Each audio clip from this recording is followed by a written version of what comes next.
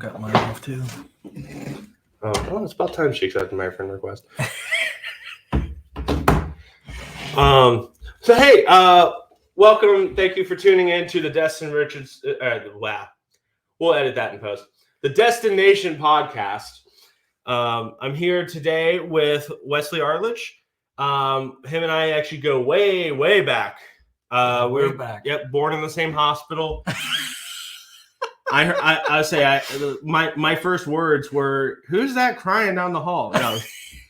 No, actually no. He's a little older than me, but we go way back though, and actually got very heavy into music. He now has three albums now. Three albums, working on the fourth, which you'll be able to pick up in early March. You have a specific date yet? So March 3rd, that one comes out. Okay. And then I've got two others coming out. Well, so I've got two singles coming out. Okay. The first one in April, that's actually the first song that I ever wrote. It's coming out as a single. It's actually a song that I wrote for my church's band. With the church that I grew up in. Okay.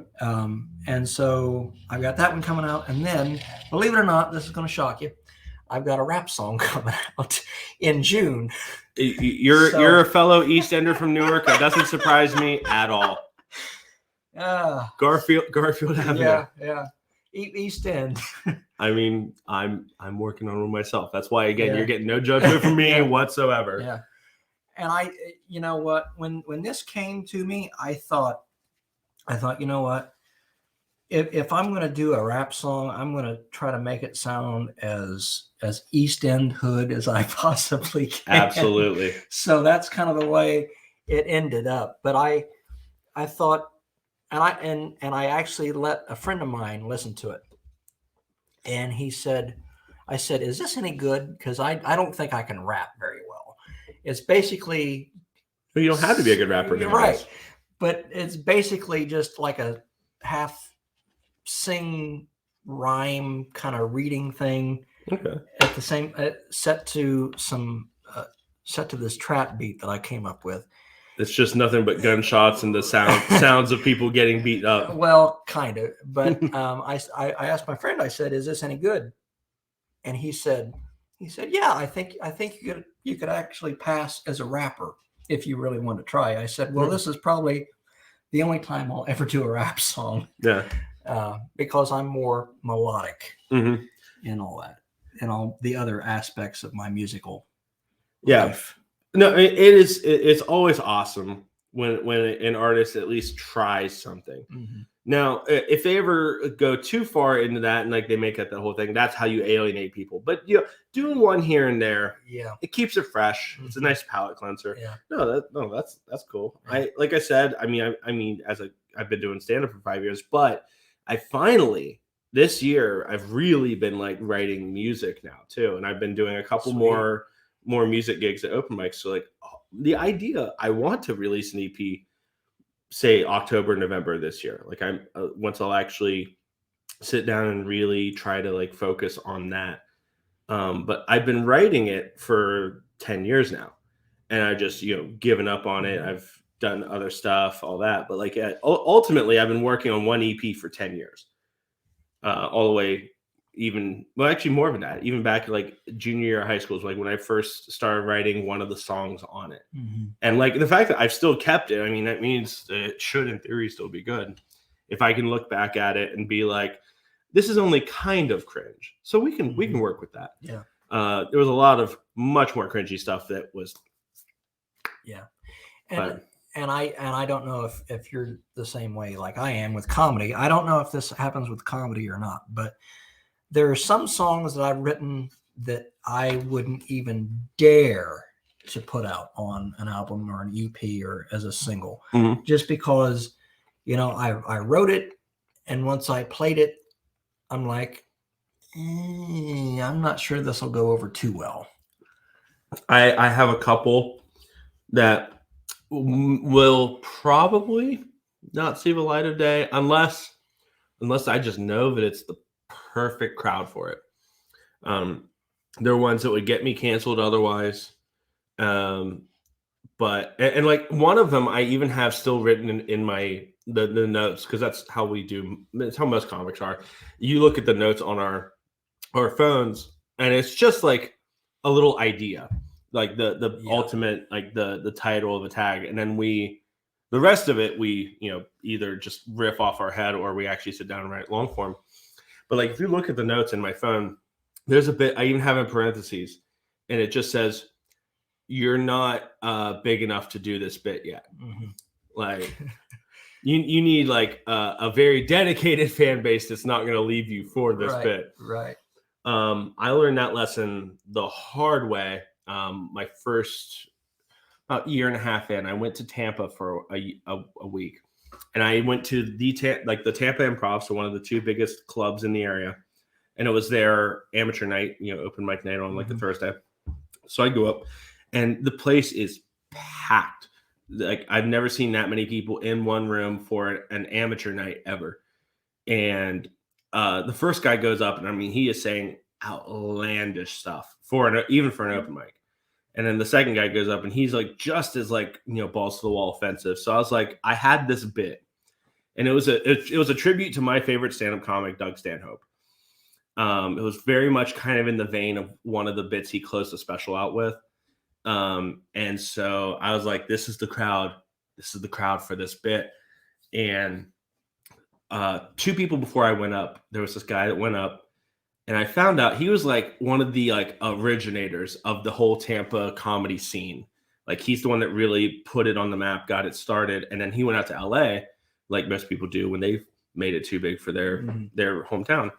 And so he was back for the holiday, and he went up. I mean, he crushed it, obviously, because it was his people. And then when he walked off the stage, he just walked on out, and half of the room went with him.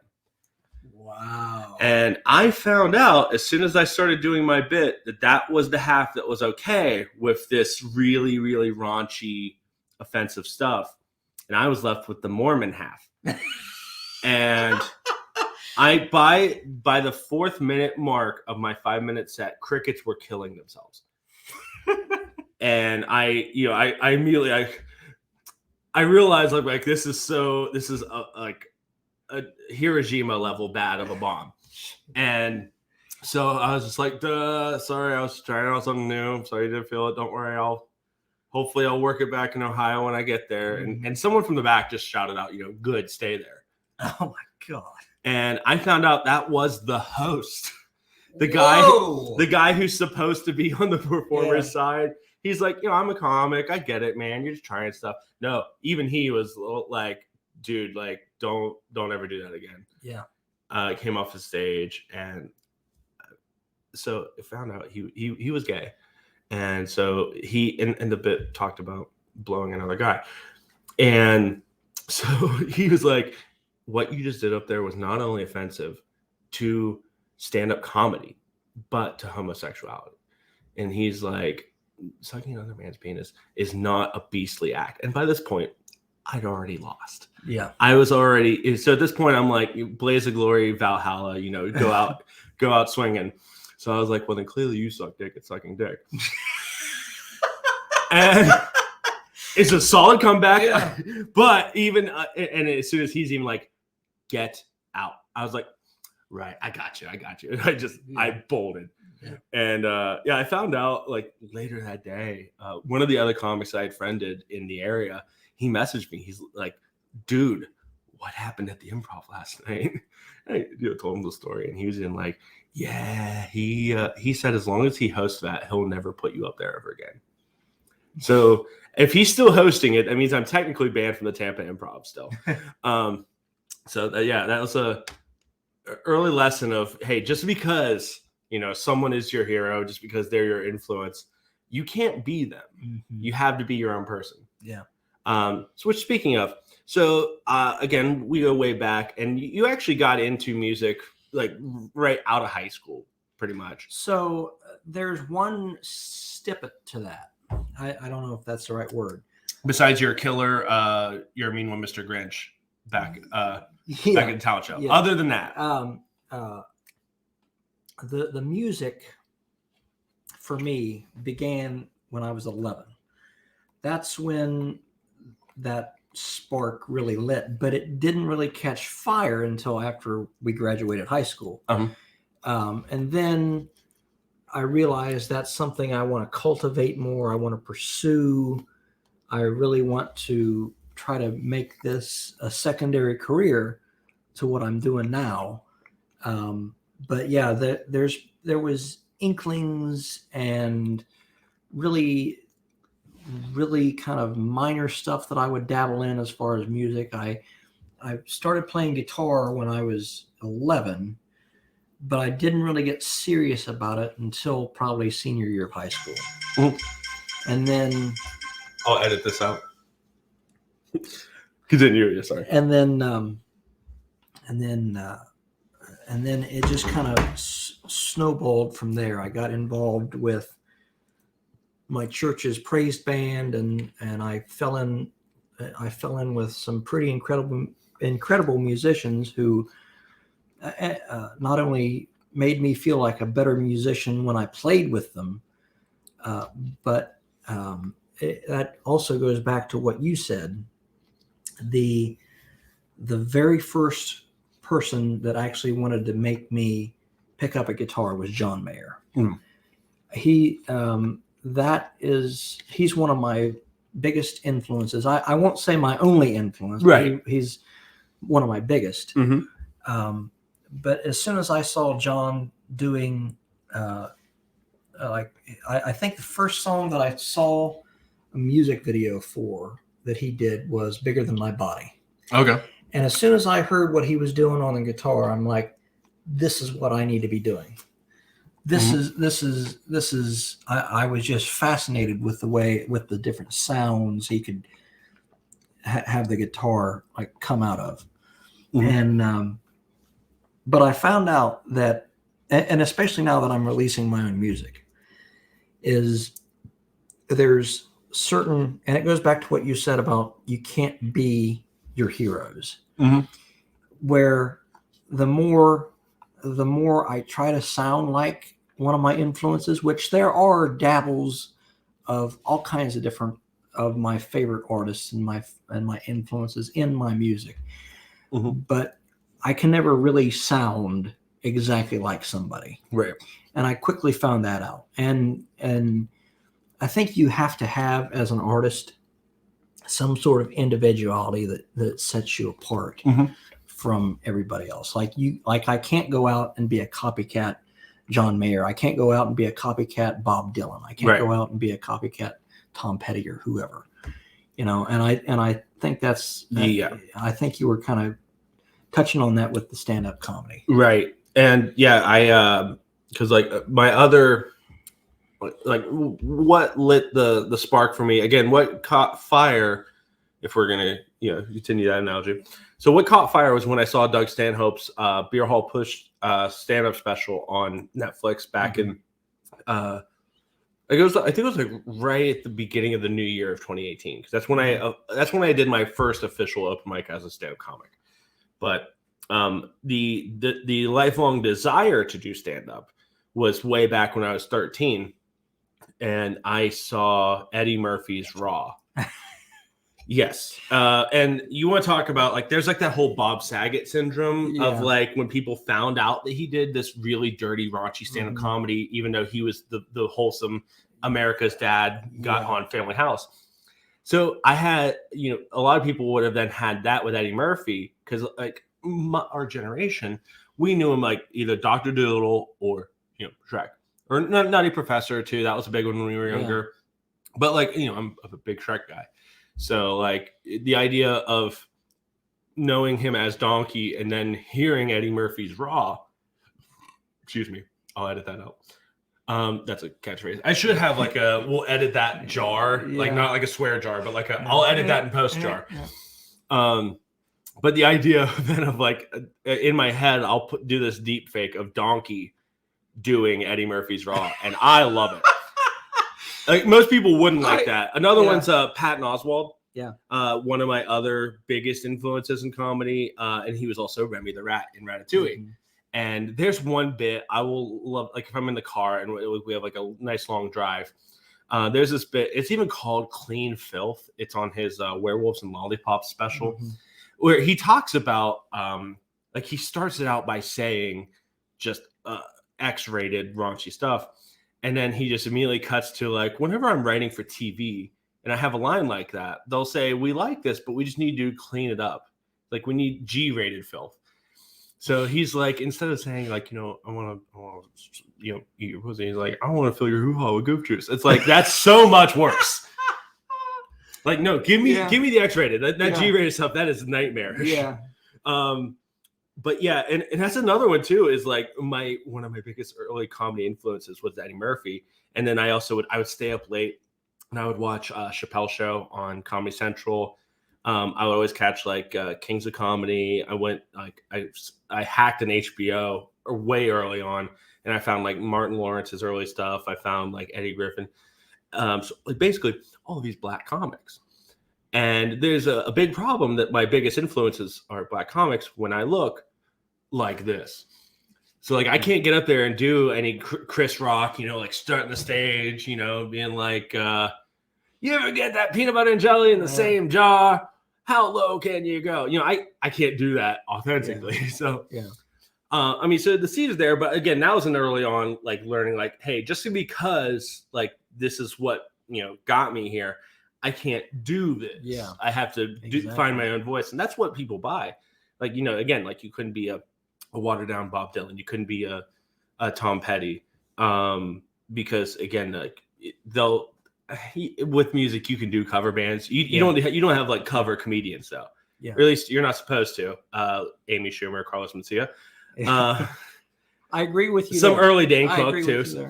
But I mean, there's cover bands, which again, like it's a shame. I mean, there's so much talent in cover bands, and there's just you can't merchandise that really. Right. You can't go too far out. I mean, it's happened. I mean, there's like I've seen Rain, the Beatles tribute show.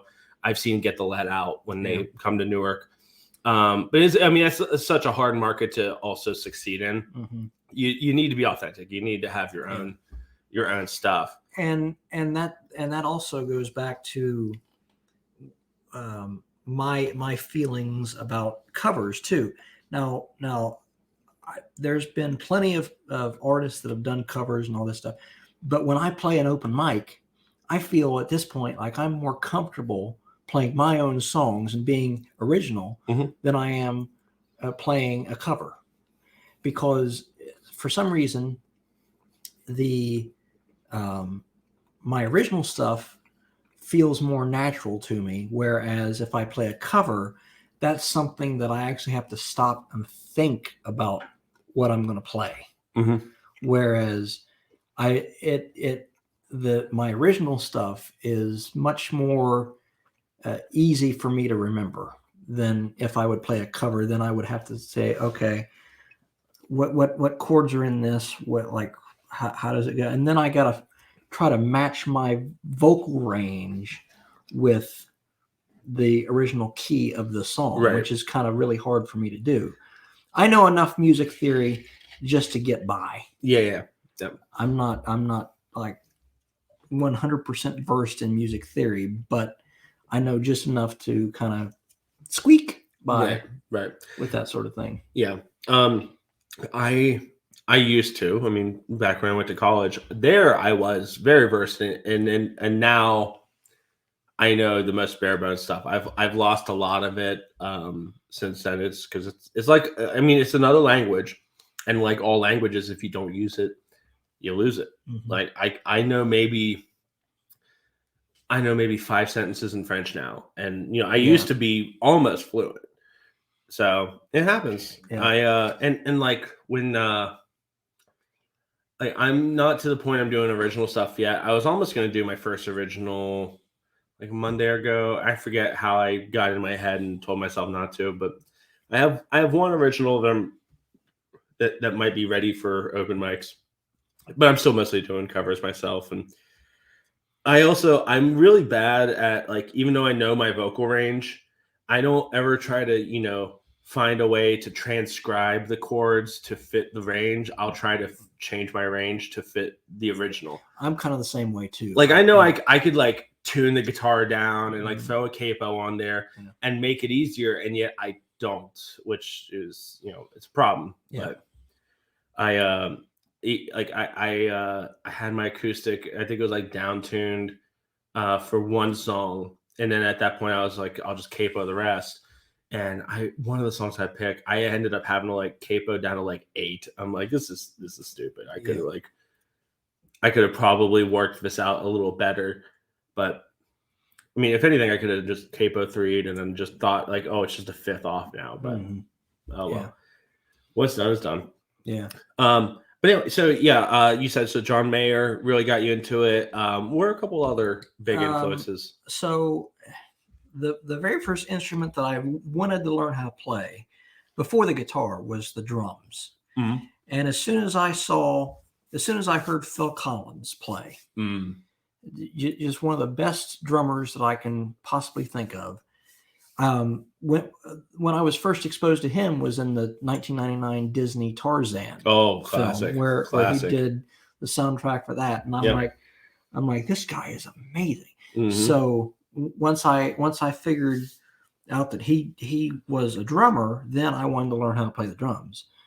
And so it was Phil Collins, and then Phil Collins led to his band Genesis, which have been are just that's like my favorite band of all time is Genesis. Okay. And I was lucky enough in 2018 I got to see Phil Collins live on his last solo tour, and then in 2021 I got to see Genesis live for the first time in their last tour. So I've been really blessed in that way to kind of get to experience some of my influences. B.B. King was another big influence for me, even though I'm a mediocre blues man. I appreciate the blues better than I can play the blues. But Switchfoot is another big influence of mine. Bob Dylan, Tom Petty and the Heartbreakers.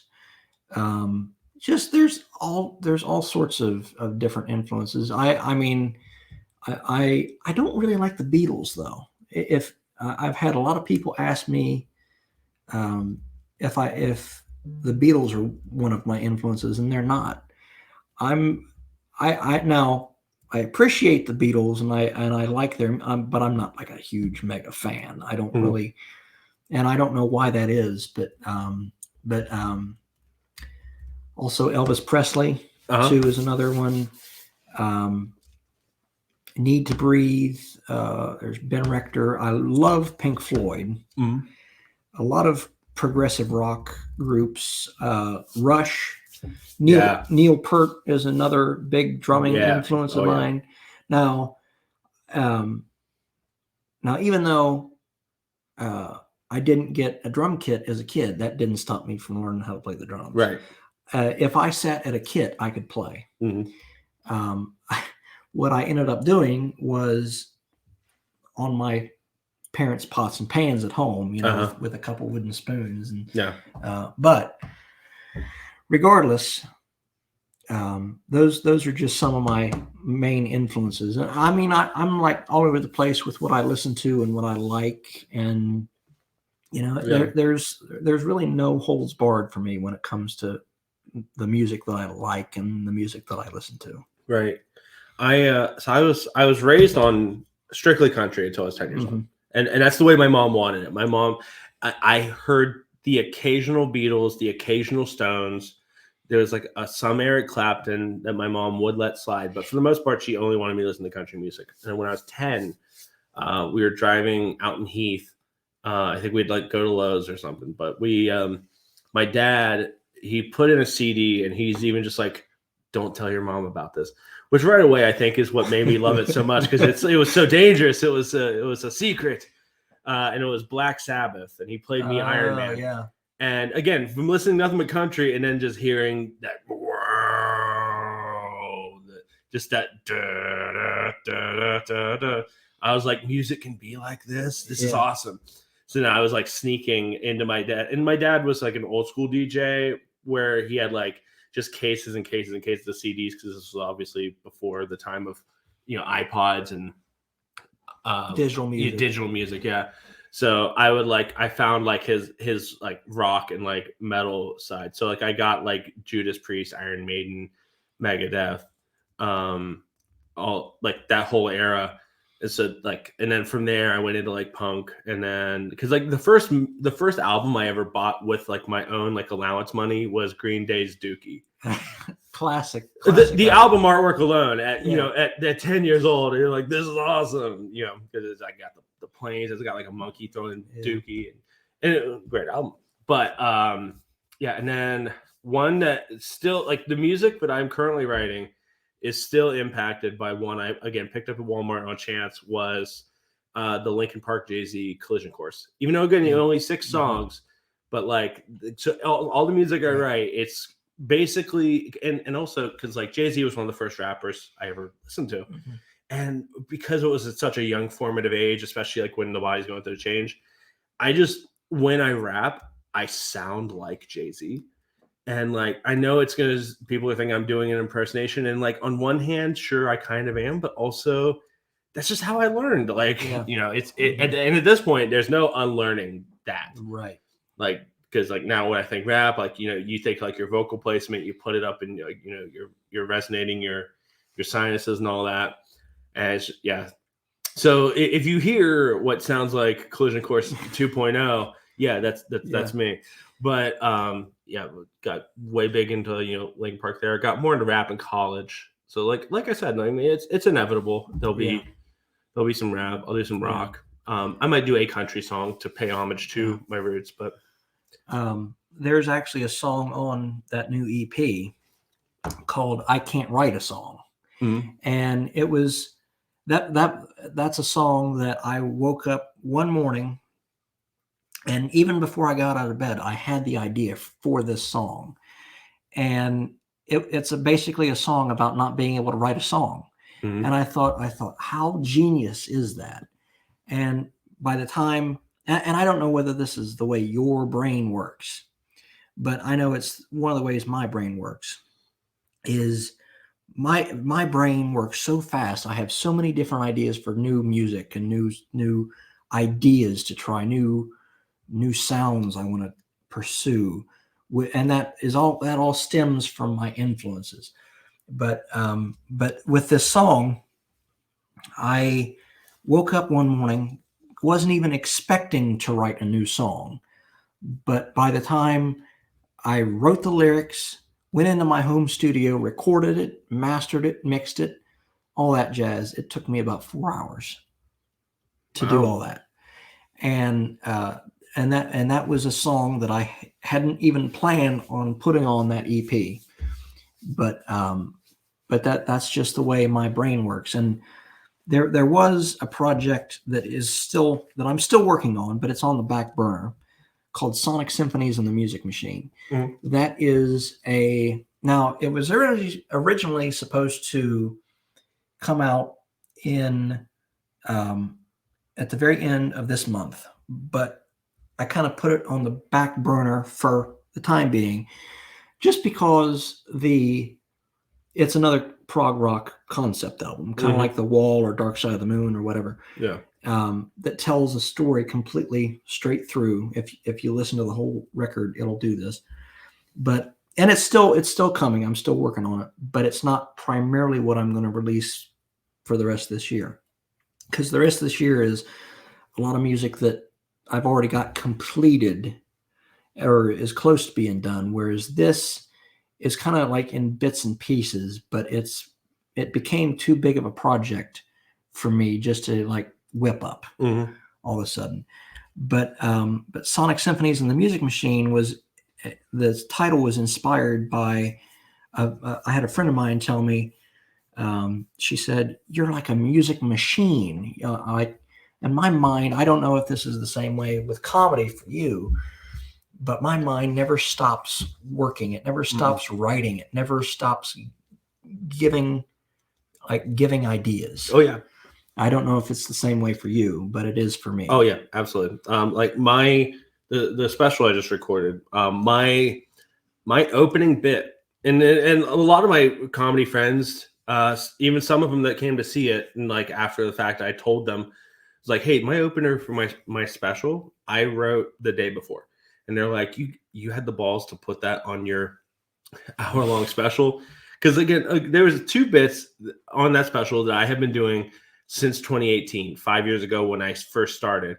And so the fact that I made the gamble to start out this, like, the most important night of my comedy career up to that point was something that I wrote the day before. But the problem was, so I was sick when I recorded my special, and you hear it in my voice. Like I'm fine now, but I was a lot deeper and a lot stuffier. So like I have to address it, because like if I don't, people are going to be distracted, and I need them on board with the experience from the get-go. Like I think Brian Regan, on one of his specials, he like talked about the fact that he has like a gray beard now, and he addressed it early on. He's like, because if you don't, all you're going to be thinking for the next hour is his beard's gray now. He's got a gray beard. So I basically pulled that route of like, hey, let me address it early on. We can get it out of our system, and the bit killed. So I mean, it worked out, and I've been, because I have a little bit of a grace period before it's released and people can watch the special. So like I'm enjoying that little bit of grace period I have, where I'm now actually working that joke the way that I've worked everything else on that show. And I hate that it's already so much better now than it was when I recorded it. Like I've already added a good bit to it, but yeah. And I've certainly felt that in my own music career. Like what you said about you find that a joke could be so much better after you've told said joke. Yeah. Well, I find that's the same way with a few of the songs that I've written and put out. Is I'll go back and listen to one of my earlier releases and think, oh, I probably could have done that better, or I wish I could go back and like add this to it or that to it. Yeah. And it always there's some songs that I've done where, one or two people will actually listen to it for the first time and say, this is great. But then I'll be like, no, I think it needs this. I think it needs improved. Yeah. And I think that you hit the nail on the head with that one. Like it's so bad also, because as soon as I got done with the special, I realized there were some bits I forgot. And I only did a one take on the special. Typically we like big budget stand-up shows, they film it over like 2 or 3 shows as a whole. So like if there's a joke that doesn't land, you have 2 more chances. But no, the one I had is like what I got was what I got.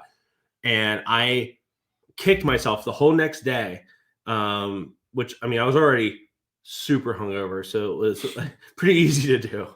But I remembered, of the bits I forgot, 3 of them were the ones that were to tie into merch that I had for the show. Like I forgot the bits that are going to be on t-shirts. I'm like, you idiot.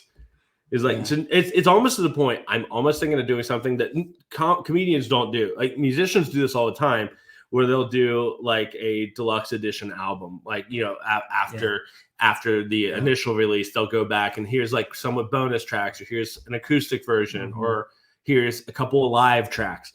I'm tempted to do that, do an audio only of my special, and have like 3 bonus tracks for, again, exclusively the audio version. Where I'm like, hey, here's my merchandising bits here. Or there was one I accidentally said, I accidentally dropped someone's real name, and it was a bit that they don't want associated with their real name. Yeah. I'll have to maybe just throw in a fake name in post, like dub in some audio after. But yeah, it's and like the whole, again, like the mind is always going thing. I mean, that's like what most like crowd work is, which I'm dabbling in that a lot more now. Like when I was first starting out, it's all about stick to this material, do what I sure works. Now that I have enough of that, I loosen the reins a little bit, and I actually get to feel the crowd, and I love doing it. And like I said, you're in the moment, like you're kind of relying on the drop of a hat, and I even did crowd work in my special. And there was one I also realized I should have went this route instead. With the crowd work, I just kind of played it off. Like I was asking like what people's last meal would be. And for the first time ever that I've done this particular bit, nobody shouted out pussy. Because there's always one. There's always one. Yeah. And they always look like me. But no one said it. Yeah. So I was disappointed. I'm like, come on. I was prepared for that one. Yeah. And someone said like oats and honey. And Really? I was, yeah, and don't get me wrong, I enjoy oatmeal from time to time, especially if I'm on a health kick. That's a nice, healthy breakfast.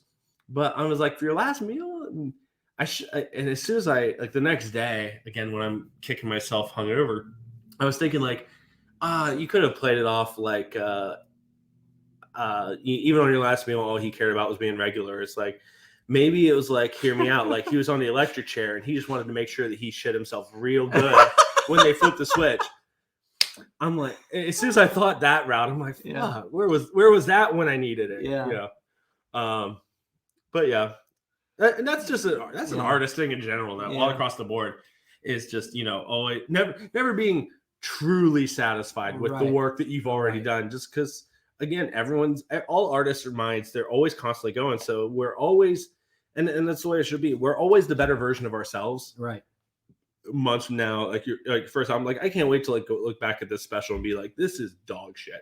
Yeah. But I mean, for right now, I'm proud of it because it's what I got. But and there'll probably come a day where you look back at your early stuff and you're even just like, man, I have gotten so much better since then. You know, and that means you're doing it right, though. Yeah, and I think with any, so there's a quote actually, and I forget who said it, but this was a musician, and I forget who said this, but he said, I want to enjoy being an artist. He said, artists are fucked up in some of the worst and wrong places, sure, but that's part of the deal. Yeah. And, but the more you can live a creative life, a creative existence, and try to dabble in as many things as you possibly can, that's the kind of life an artist should live. They if you feel a calling to do this, well, then go do that. Or if you want to try this, well, then go do that. I'm actually working on, and I didn't really expect to have something like this, but the more I thought about it, I'm like, I want to do this. I'm working with a friend of mine who is going to collaborate with me on getting like an R&B hip hop record out. Okay. And that rap song kind of came out of that desire. Mm-hmm. So that's something kind of far off in the future, but that's where, with any idea that I have, that's, I put a mental note in my head thinking, okay, I want to do this next. I don't know if it's the same way for you, but one of the things that I've found as an artist is some projects seem too big at the time that you're working on them. Oh, absolutely. There are some projects that I've tried to undertake, and again, this is with the Sonic Symphonies and the Music Machine project, where you start out and you think it'll be a manageable task. Mm-hmm.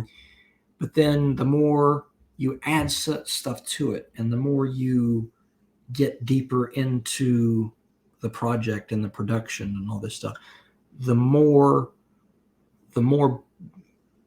massive it becomes, and then you feel kind of weighed down by it. Oh yeah.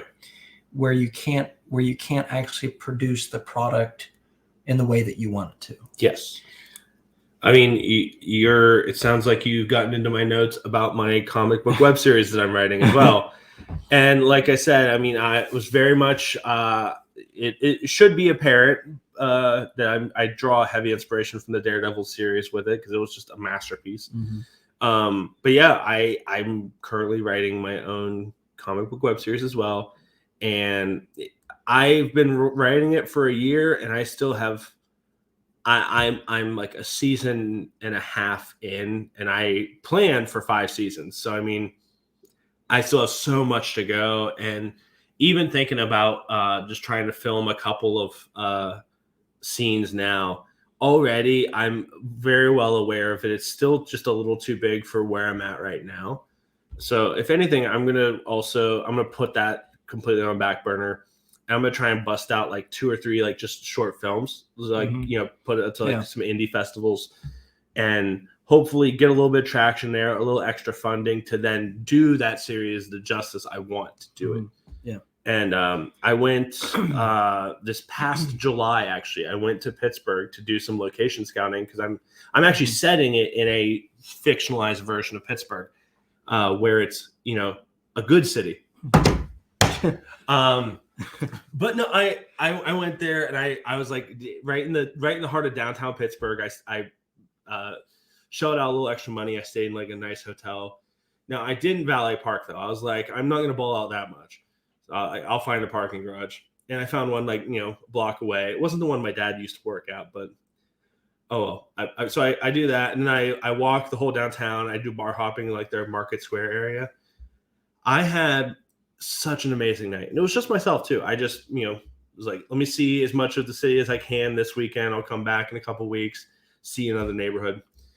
I had such a great time, and I became lifelong best friends with 2 people that I couldn't tell you their names right now. But in the moment when the alcohol was flowing, they were like, we were tight. And so I was like, all right, well, time to head back to Newark. I get into my car. It was broken into. I'm like, fuck this city. Yeah.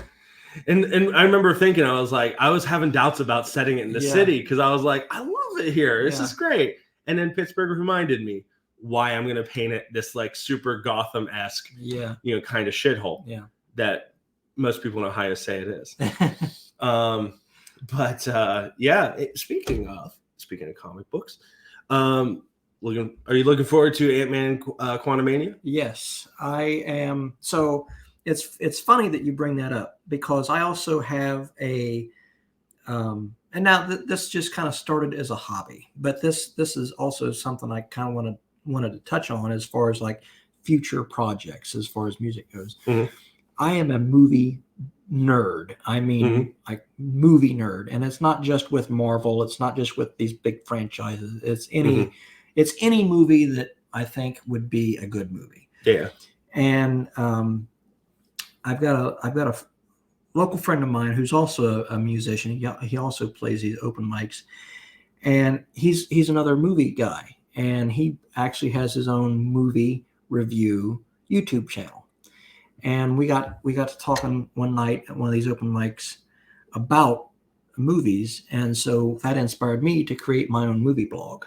I haven't expanded it to YouTube yet, but so far it's movie reviews, news, thoughts, all that sort of jazz. But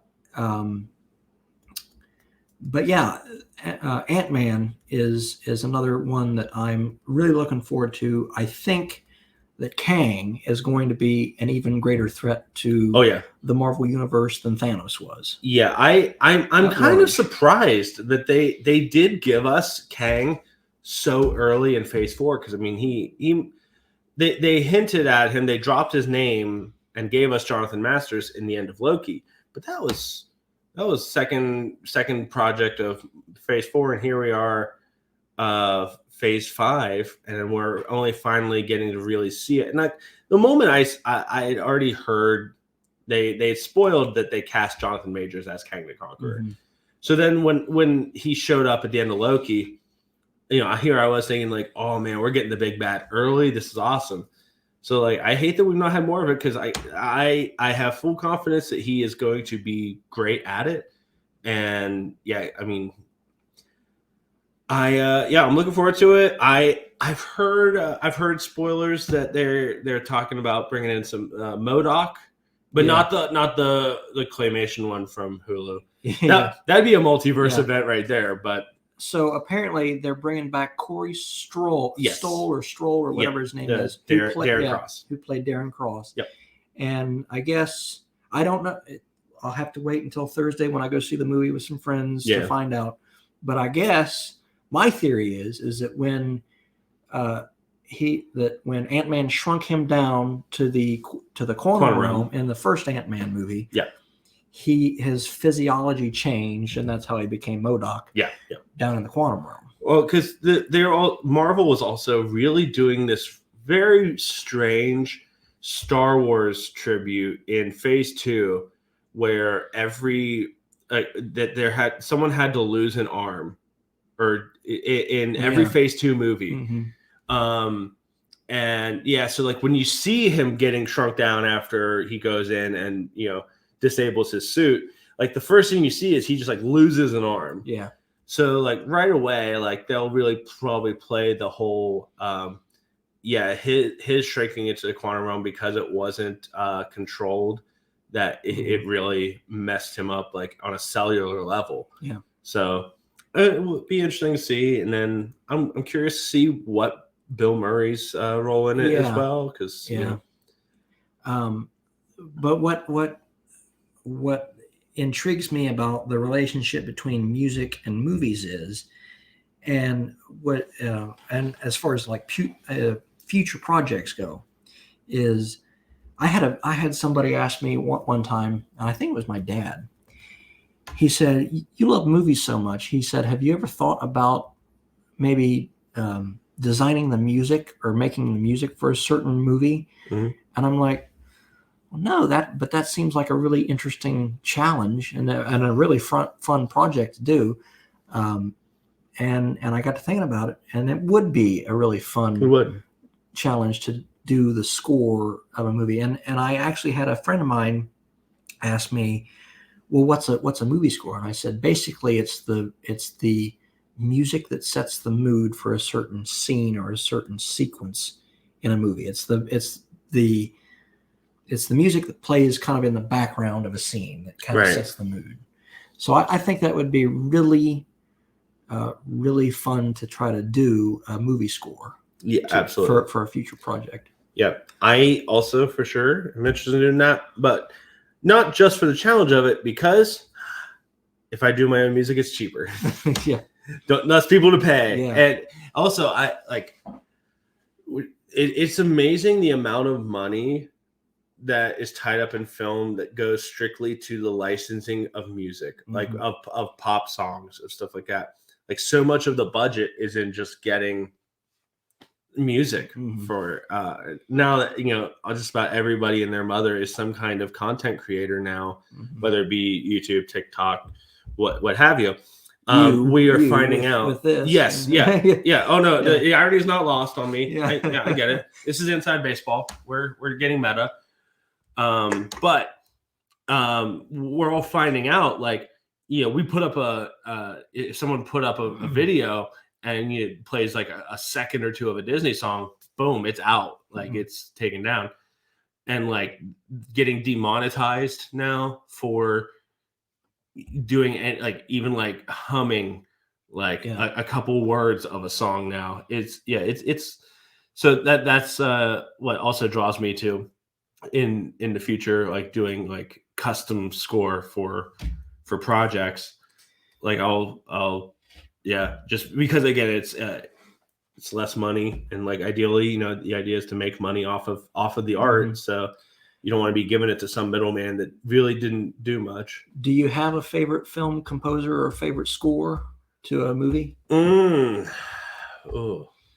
Because I get asked this question quite a lot. Yeah. I mean,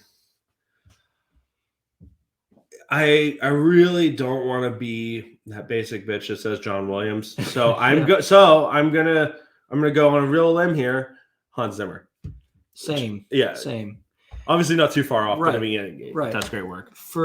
He's my favorite film composer by far. Yeah. I think his score for The Dark Knight is one of the best things ever. Yep. I have several of his soundtracks on my digital collection on my phone. I would love to see him do one of his concerts live, because he goes on tour all over the world, and that would I bet the ticket prices would be astronomical. But I'm sure. but yeah, I adore his music. Yeah. I don't, as much as I love the music of films, I always forget to like really focus in on like, hey, who's responsible for it? But yeah, no, Hans Zimmer does great work, and he also did. Well, he had a somewhat sour relationship with the Spider-Man movies, apparently, but it happens. But yeah, what is your favorite movie just in general? My favorite movie of all time is The Shawshank Redemption. Excellent choice. That's Excellent my choice. favorite movie of all time. Supporting local. Right. And it wasn't until I actually saw, and so I actually first saw the movie about 5 years ago. That was the first time I'd ever seen it. And I instantly fell in love with it. Mm-hmm.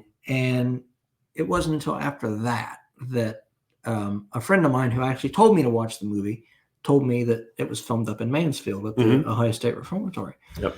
And I was lucky enough to go with my cousin back in 2020 amidst COVID and all the shutdowns and all the bullshit. Yeah. To actually go up to the reformatory and tour the reformatory. And I was surprised at how much from the movie they had on display there. Mm-hmm. Not just in the offices, but in the actual cell blocks themselves too. Right. And I was actually surprised at how far-reaching that prison has to Hollywood. Mm-hmm. Because several different music videos were shot there. Like there's been 3 different movies shot there. The most famous being Shawshank. Mm-hmm. But the main one, well, and then most recently, one of my favorite artists, Eric Church, actually filmed one of his music videos there for, I think the song was Some of It. Mm-hmm. He filmed one of his music videos there, but I was really taken aback at how unnerving that place is. Yeah. Because they say that the place is haunted. Mm-hmm. And I don't necessarily believe in ghosts, but you could tell there was some sort of otherworldly presence in that place. Yeah. Oh, yeah, I do. The theater I did shows at used to be a funeral parlor and crematorium, embalming station, all that stuff. And yeah, I've definitely walked through somebody before, all cold and clammy. And do you remember when we were both in the theater in high school? There was talk about a ghost in the auditorium. Yeah. I think I saw the ghost once. Mm-hmm. She was this white figure in this flowing gown, and I think she shut one of the doors to the backstage area, I think. And it scared the bejesus out of all of us that was back there. Yeah. So. Well, I hate to ghost you now, but unfortunately we got to wrap it up here. So thank you again for coming by. Thanks for talking. Tell everybody where they can support you, where they can find you. So you can find me on Spotify, iTunes, Apple, or it would be Spotify, iTunes, Amazon Music, Pandora Radio, iHeartRadio under Wes Arledge. Just search my name, and then I should pop up. My face will pop up, and then you can go from there. So yeah. Well, thanks again, and looking forward to the new EP on March 3rd. Yep. Check it out. And the first single comes out this Friday on February 17th. So awesome. Yep. Sounds good. Thank you again. Thank you. And now a musical performance from Wesley Arledge.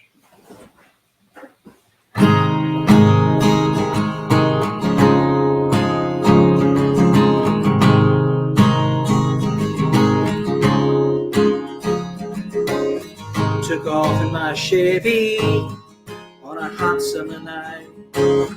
Suddenly I see a beautiful girl coming for a ride. Well, I picked her up and she hopped in. I said, "Where you headed, baby?" She said, I'm just a free spirit, headed where the wind takes me. As I pulled on down the road, we talked more and more. And I could tell right then she's the kind of girl I'd never had before. She's sweeter than honey, she's finer than wine. She's wilder than honeysuckle on the vine. She's something special, I think I got it made. She's a refreshing drink full of life, she's sweet like lemonade.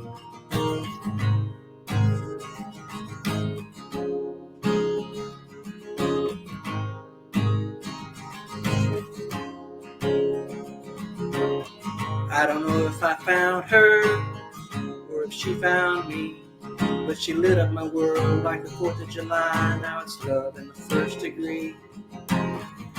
Some people may look at her and think her soul is crazy. One thing that I know for sure is I thank God that she saved me. She's sweeter than honey, she's finer than wine. She's wilder than honeysuckle on the vine. She's something special, I think I got it made. She's a refreshing drink full of life, she's sweet like lemonade.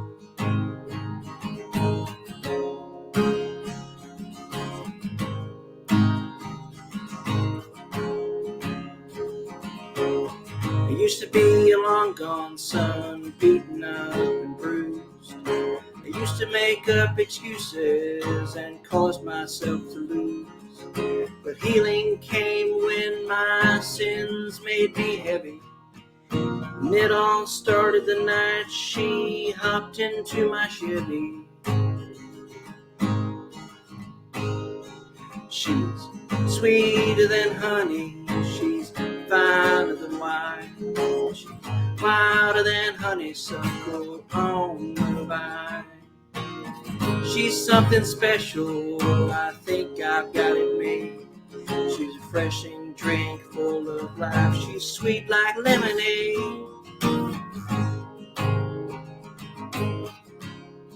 Sweet like lemonade.